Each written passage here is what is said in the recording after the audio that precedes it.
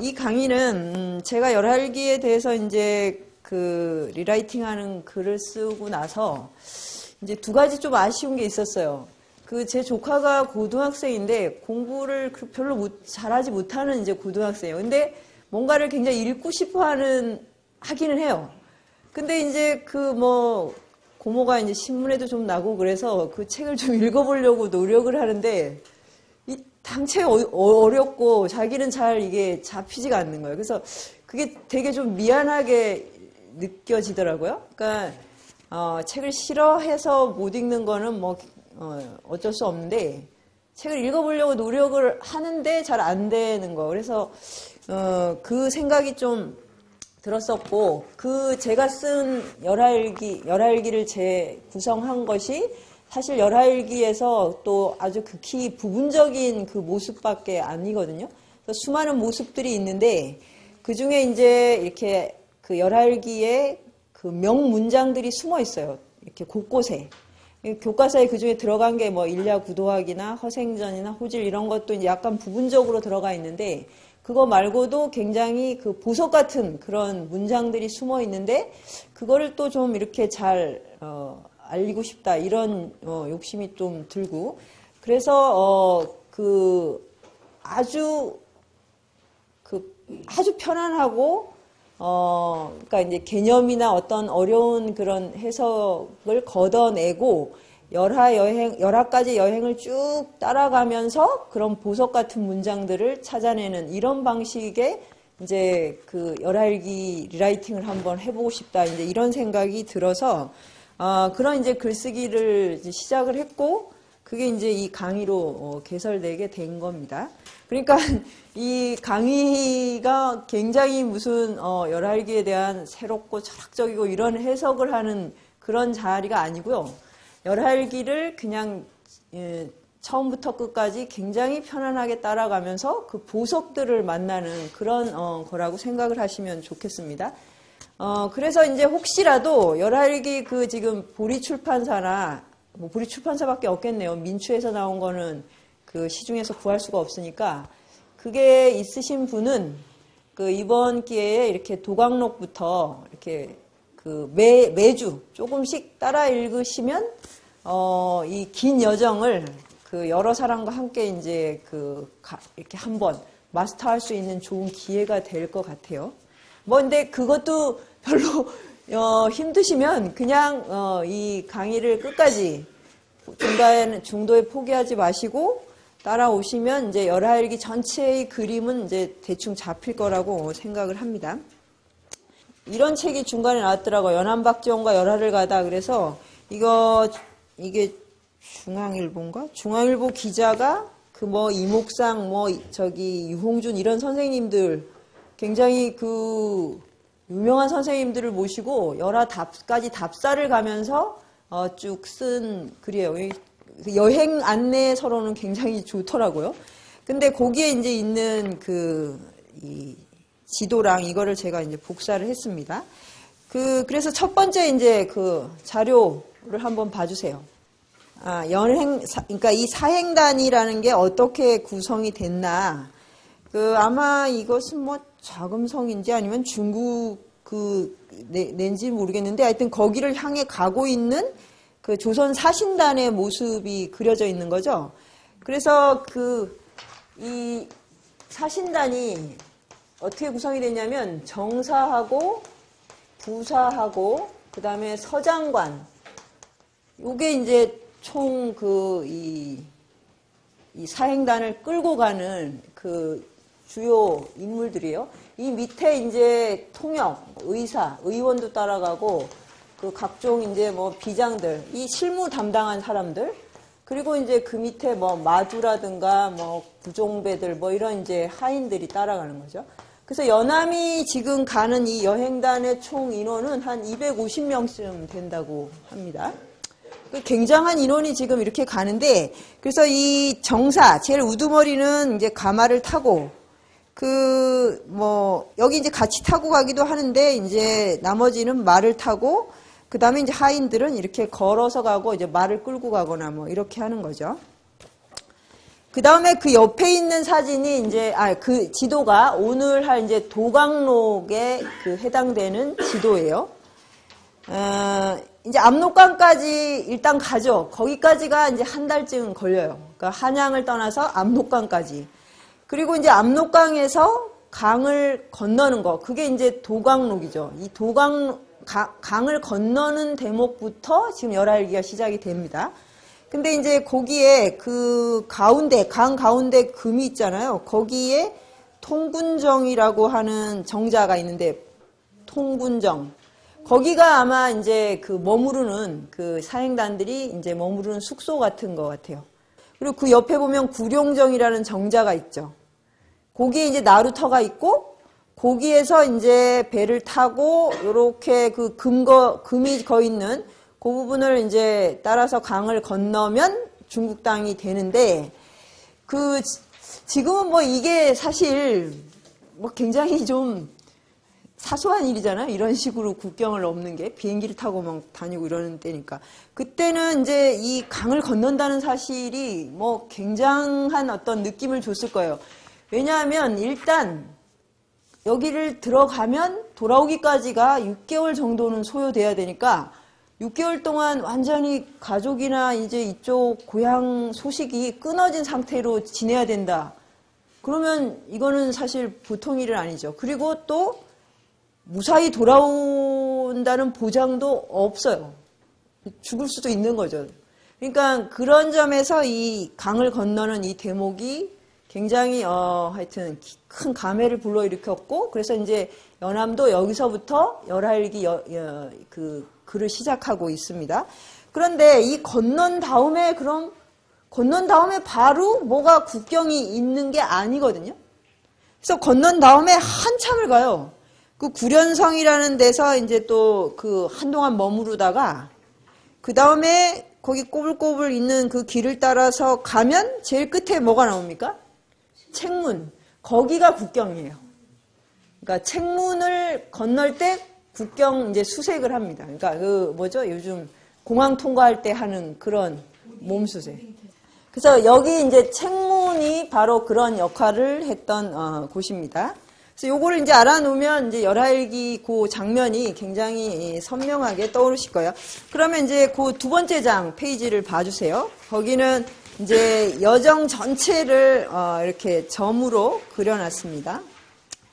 그러니까 지금 가면은 단동이라고 하는 데로 배를 타고 가야 된대요. 저는 여기 과정은 못 가봤거든요. 그러니까 단동이라는 데를 가서 이제 그 강을 건너고 그 다음에 책문에 들어서고 그 다음에 봉황산을 거쳐서 제일 처음 만난 이제 요양은 또 도시인데 조금 작고 저는 이제 여기서부터는 여행을 해봤어요. 그 다음에 이제 제일 큰 도시는 심양이고 심양의 이 당시 이름은 성경이에요. 성경. 그래서 성경 잡지가 두 번째 나오는 거죠. 도강록 다음이 바로 성경 잡지예요. 네. 그 심양은 지금도 굉장히 큰 이쪽 지역에서는 가장 큰 도시죠. 그래서 이제 저는 비행기로 심양을 갔다가 다시 요양으로 가서 요양에서 다시 심양을 거쳐서 이제 그 산해관으로 가는 이 과정을 밟았었습니다. 근데 제가 그때 3년 전 4월, 지금 요맘때 갔었는데 그때가 이제 황사가 막 일어나던 때라서 심양에 내리자마자 뭐 거의 이 서울에서라면 그 정도 바람이라면 이렇게 태풍이라고 생각해야 되는 바람이 그냥 일상적으로 그냥 한 달 내내 그렇게 바람이 분다고 그러더라고요. 그래서 저 요즘 뭐 황사 때문에 막 그 기상청이랑 막 소란을 피우면 좀 속으로 좀 어이가 없죠. 제가 이 황사의 진앙지에서 정말 죽을 고비를 넘겨봐가지고 그래서 이제 요양으로 가는데 이때는 저기 고속도로로 이제 택시를 대절해서 갔어요. 택시가 싸기 때문에. 근데 뭐 거의 중국은 뭐 아시죠? 이 운전 어떻게 하는지. 이 차선 넘어가는 건 뭐 기본이고 그냥 뭐 속도 위반 뭐 이런 거는 그냥 아주 그냥 편안하게 일어나는 일인데 바람이 그렇게 부는데 완전히 천지가 지금 막 이렇게 회오리 바람에 휩싸여 있는데 고속도로를 그렇게 질주하는 택시를 타고 요양을 갔다가 근데 또 요양 안으로 들어가면 무슨 돈을 문다고 이 택시 운전사가 내리자마자 다른 택시 운전사한테 우리를 넘겨주는 거예요. 그러니까 우리는 거의 우리 운명이 어떻게 되는지를 알 수가 없는 상황에서 막 그렇게 넘어갔다가 다시 오니까 정말 뭐 아무 생각이 안 나고 정말 살아있다는 게 너무나 감사한 그런 시간을 보냈습니다. 그래서 이제 심양을 거쳐서 이제 이 북진 의무려산이라고 나오잖아요. 여기에 갈 때까지 완전히 평지예요. 그러니까 산이 하나도 없고 이 지금 책문을 넘어서 이 의무려산이 나오는 이 데까지는 정말 그 크게 보면 요동 벌판에 해당하는 거죠. 요동 땅. 그러니까 여기 바람이 불면 막히는 데가 없어요. 나무마저 없으니까. 그냥 바람이 다 통과하는 거죠. 그래가지고 이 의무려산쯤을 가면 산이 이렇게 보이기 시작을 해요. 그러니까 거기서부터 이제 만리장성이 시작이 되는 거예요. 여긴 좀 이제 길게 돼 있는데 이 중간 도시들을 금주 뭐 영원성 이런 거를 이제 그 표시를 하느라고. 그래서 강녀묘를 갔을 때도 뭐 바람이 너무너무 심하게 불어가지고 간신히 이제 보고 나왔는데 여기에 이제 그 산회관이라는 천하제일관이라는 만리장성의 이제 중심이 되는 관이 있어요. 그 옆에 거기 발해만이라고 돼 있죠. 여기가 이제 바로 바닷가가 인접해 있어요. 거기서 조금만 타고 갔더니 바닷가가 보이는데 그 바닷가에 그 만리장성이 처음 시작한 그 관, 그 정자 같은 거, 그게 이제 있더라고요. 근데 뭐 그때도 바다에 지금 황사가 불면 어떻겠습니까? 거의 그거는 보기는 장관인데 거기 서 있을 수가 없어요. 사진도 찍을 수가 없는 상황이었어요. 근데 정말 그 평생에 한번 보기 힘든 한국 사람들은 거기 사는 사람들이야 뭐 황사 올 때마다 보겠지만 그런 이제 장관을 목격을 했었습니다. 그래서 산해관이 시작이 되면 관 내, 이 관 안이라는 게 바로 중원이라는 뜻이죠. 중원. 이제 황제가 다스리는 땅이 되는 거죠. 그래서 이제 그 세 번째 챕터가 관내 정사예요. 그러니까 도강록, 그 다음에 성경잡지, 심양을 거쳐서 그 다음에 관 안에 들어갔다. 관내 정사. 유명한 호질이 여기서 발견되는 거죠. 그래서 이제 관내로 들어가면 이제 바로 이제 북경이 눈앞에 있는 거죠. 물론 이제 좀 거리는 떨어져 있어요. 그런데 이제 어쨌든 그래서 이 관 안에 들어갈 때 또 큰 감회를 느껴서 또 그 글을 남기고 그리고 원래 코스는 북경이었죠. 북경까지만 해도 2300리쯤 되거든요. 그래서 이제 북경까지 갈 때 이미 일야 9도하는 아니고 일야 8도하까지 했어요. 그러니까 지금은 가면 여기 강이 거의 없어요. 다 말라가지고 사막화가 돼서 강이 없고 그냥 정말 그 모래바람이 불 수밖에 없는데 그 당시에는 강들이 너무 많았어요. 조그만 강, 큰 강 막 해서. 그래서 이 강을 거쳐가는데 마침 장마철이었던 거예요. 그러니까 뭐 이 죽을 고생이라는 건 뭐 이루 말할 수가 없는 거죠. 그래서 이제 이미 여기 도달할 때까지 장마 때문에 많이 막혀서 막 열흘씩 묵어야 되면 이제 지루해 죽을 지경이죠. 어디 갈 수도 없는 상태로 객관에 머물러야 되니까. 근데 나중에 또 이 만수절 거기에 맞춰야 되니까 마지막에 막 몰아서 달려가는 거예요. 그러니까 그때는 이제 죽기 아니면 까무러치기로 가니까 하룻밤에 8번씩 강을 건너고 뭐 이미 이때까지 북경에 들어갈 때까지도 이제 별압을 고생을 다 한 상태로 들어갔어요.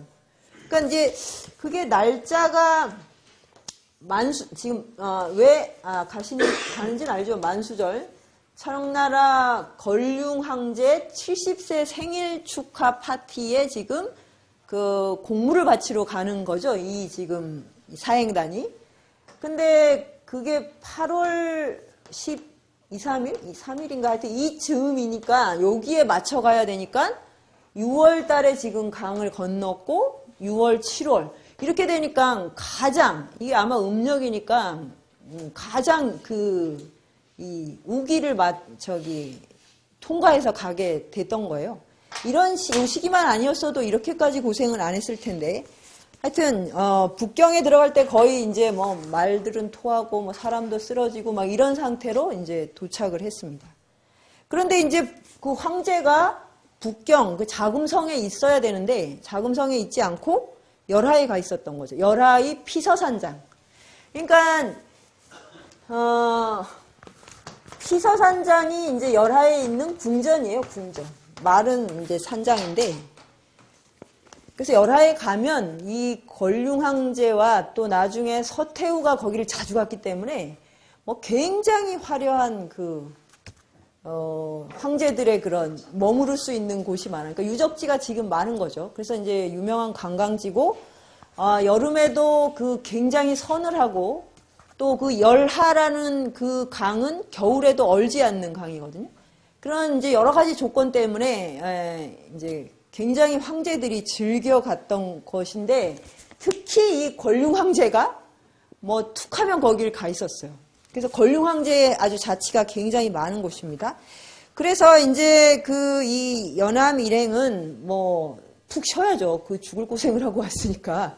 그래서 이제 마음 놓고 이제 쉬고 있고 연암은 본격적으로 이제 중국 선비들하고 이제 작업을 해야 되니까 이 친구들을 만나러 간 게 이제 목적이었으니까 그렇게 하려고 하는 즈음에 황제가 바로 열하로 불러들이라고 이제 특별히 조선사신단을 굉장히 총애했는데 이 총애 때문에 여러 가지 고생을 많이 하는 거예요. 사실 그냥 이 만수절에 조선사신단만 갔겠어요? 지금 이 당시 중국이 청나라가 전 세계의 중심지였어요. 문명의 중심지. 그리고 이 당시에는 서양 유럽에서도 중국 동방에 훌륭한 계몽군주가 있다. 이런 식으로 생각했을 정도로 이 문물이 발달됐던 시대예요. 그러니까 권룡 황제 70세 만수절 행사라는 건 동아시아를 넘어 전 세계적인 이벤트였어요. 그러니까 그 중에 조선 사신단은 뭐 사실 티도 안 나는 그런 종족인데 웬일인지 하여튼 권룡 황제가 아주 너무 그냥 지극한 관심을 보이는 바람에 바로 그냥 왜 열하로 불러들이지 않냐 그래서 중간에 이제 예부에서 뭐 난리가 나고 그래서 이제 북경 객관에서 잠자다가 난리를 겪고 이제 바로 짐 싸서 이제 가게 됐죠. 그래서 이제 북경에서 보면 미룬성 지금도 있습니다. 미룬성 있고 이쪽에 또 장성이 하나 있는데 그게 고북구 장성이에요. 지금 중국 여행하면 사마대 장성이라고 굉장히 관광지로 꾸며낸 곳이 있는데 그게 아니고도 이 장성이 굉장히 길게 뻗어 있어서 제가 간 데는 사마대 장성이 아니라 그냥 고북구 관문 정면에 있는 건데 거기는 정말 옛날 모습 그대로 있었어요. 그리고 이제 요거를 통과해서 바로 가면 이제 열하가 나타나죠. 그런데 이거는 지금 이 코스가 700리인데 이거를 무방 나흘로 지금 소화를 한 거예요. 나흘 동안. 근데 여전히 비는 오고 강은 불어 있었어요.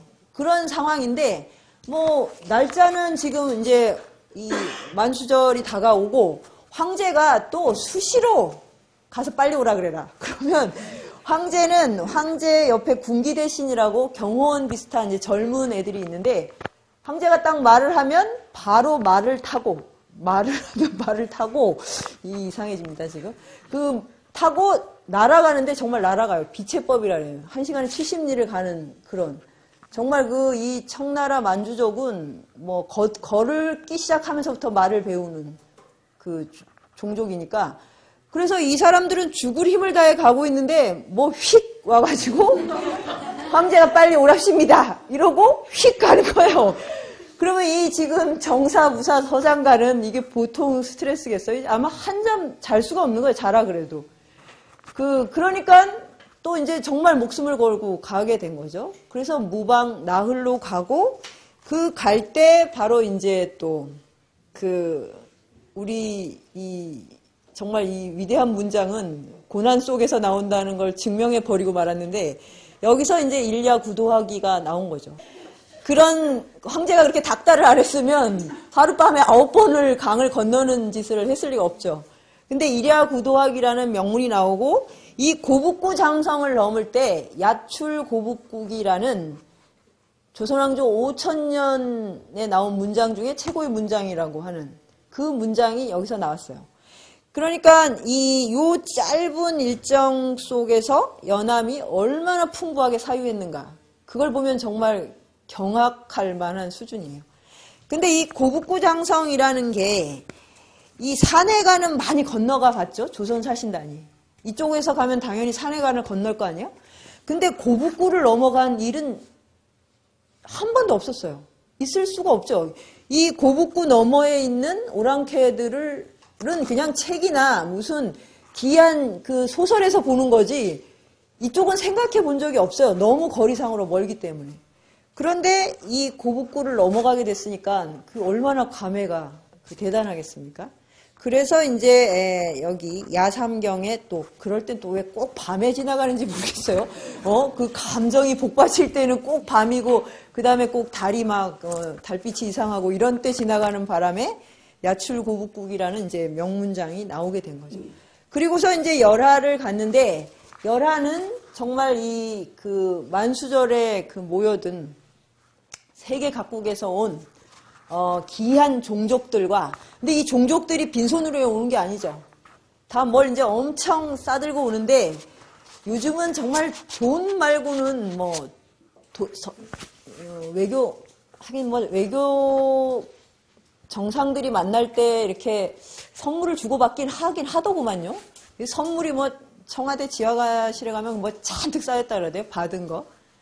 그러니까 뭐 선물이 그게 있긴 있어요. 이때는 국가 간에도 하여튼 이 모든 게 다 이제 엄청난 공물을 주고받으니까 열하에 들어가는 순간 막 엄청난 소리가 나는 거예요.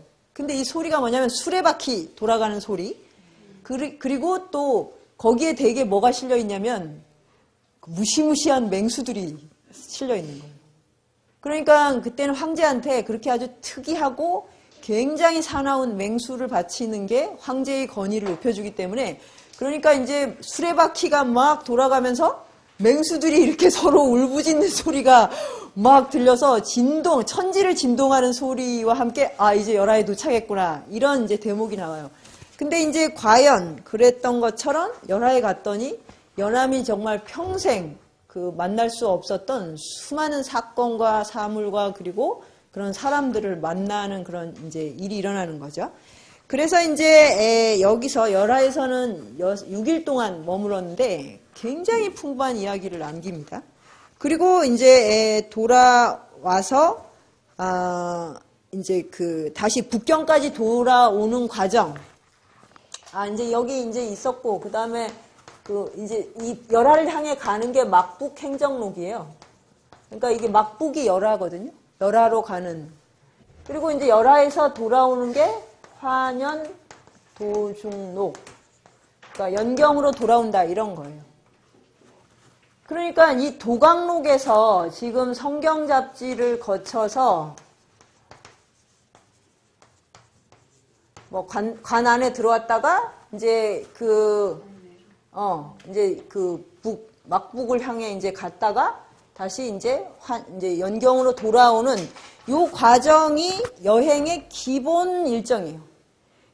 그런데 열하일기를 보면 이제 요게 반쯤 되고 나머지 반이 또 붙어 있는 거죠. 그래서 이 반이 뭐냐면 이 여행 일정 중에 자기가 느끼고 보고 들은 건데 그 일정 안에 다 담지 못해서 별도로 쓴 글들이에요. 그러니까 지금 이 두 가지 층위가 이제 있는 거예요. 열하일기에는 여행의 기본적인 순서를 따라가는 과정. 그 이야기만 해도 굉장한 스펙타클과 뭐 굉장한 그 모험이 있는데 거기에 미처 소화하지 못한 거를 별도로 기록한 이제 독립된 글들이 또 무수하게 있는 거죠. 뭐 하여튼 이제 이런 과정으로 되어 있습니다. 그래서 이제 이 여행 전체를 그 연암은 열하일기라고 붙인 거, 이게 또 굉장히 범상치 않은 거죠. 보통의 이 중국 여행기는 뭐라고 합니까? 네? 왕후천 축구국전요? 그거는 연행록이라고 하죠. 연행록. 연이 이제 연경, 연기, 뭐 입연기 이렇게 말해요. 북경을 이제 연경이라고 합니다.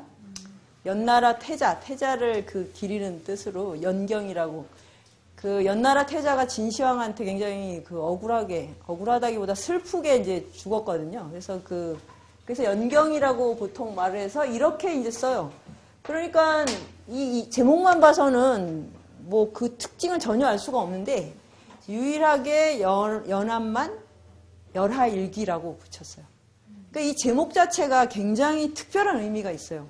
그리고 열하라는 거는 지금 낯선 이름이잖아요. 낯선 지명인데 그 당시에는 뭐 생전 처음 듣는 지명이죠. 그런데 그것을 이름을 붙였다는 거, 이 여행 전체의 어떤 대표성을 열하에다 부여했다는 거, 그것만 보더라도 이제 이 연암이 이 열하와의 만남에 대해서 얼마나 큰 의미를 뒀는지를 그렇게 알 수가 있는 거죠.